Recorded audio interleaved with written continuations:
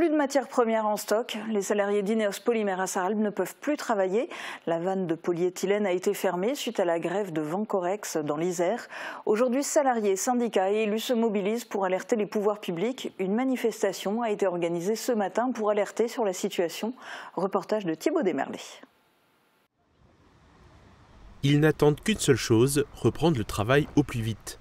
Le pipeline de polyéthylène, PE, a été coupé. Plus aucune matière première ne rentre chez Ineos Polymères à Sarralbe. Le stock est épuisé. La vanne a été fermée par les grévistes de Vancorex dans l'Isère. Un dommage collatéral qui impacte lourdement l'usine. Syndicats, salariés et élus ont manifesté à l'entrée pour alerter sur la situation de l'entreprise.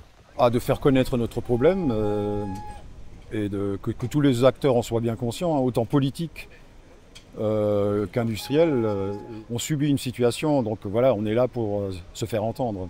Tous les jours, on a cette inquiétude, cette incertitude, on n'arrive pas à avancer parce qu'on n'a pas de matière première. Donc il y a la négociation chez eux. Bien sûr, on comprend leurs problématiques, mais il faut aussi qu'on comprenne les nôtres parce que surtout l'axe qui remonte, c'est quelques milliers d'emplois qui sont en jeu. Aujourd'hui, on a perdu 4 millions d'euros rien que sur le PE et on ne peut pas continuer. Donc il faut de la matière première. Donc on demande à nos ministres, à notre gouvernement d'agir, de faire quelque chose. Donc effectivement, le préfet de l'Isère, il a ses problèmes, mais il faut que le préfet de Moselle essaie de régler les problèmes également. Et on veut continuer à travailler. On a un PPRT qui a coûté plus de 40 millions d'euros, où la collectivité, la communauté d'agglomération, la ville et l'industriel ont investi. Les salariés se rendent compte de plus en plus qu'on est pris à la gorge.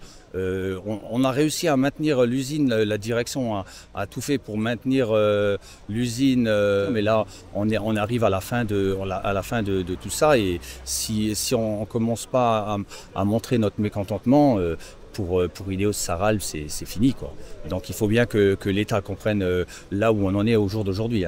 Les élus locaux des communes alentours étaient présents pour afficher leur soutien pour ce premier jour de mobilisation. Tout le monde fait front commun pour défendre le site et lancer un signal de détresse. C'est 400 emplois qui sont en jeu aujourd'hui, ici même.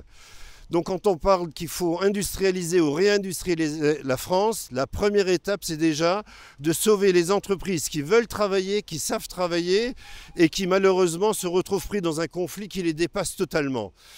Comme c'est maintenant de la responsabilité de l'État, nous en appelons maintenant à l'État d'agir enfin. La mobilisation se poursuivra jusqu'à ce que la matière première afflue à nouveau.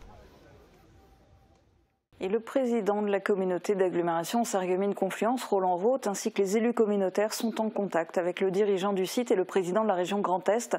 Roland Roth a décidé d'alerter le plus haut niveau de l'État en adressant une demande d'intervention au président de la République et au Premier ministre. Il précise qu'il existe une réelle menace de fermeture du site à court terme et que les salariés du site, la population et les élus vous seraient reconnaissants de mettre en œuvre toutes les mesures nécessaires, y compris le recours à la force publique pour débloquer la situation en Isère et procéder à la réouverture de la vanne concernée chez Vancorex. L'urgence de la situation ne saurait être sous-estimée.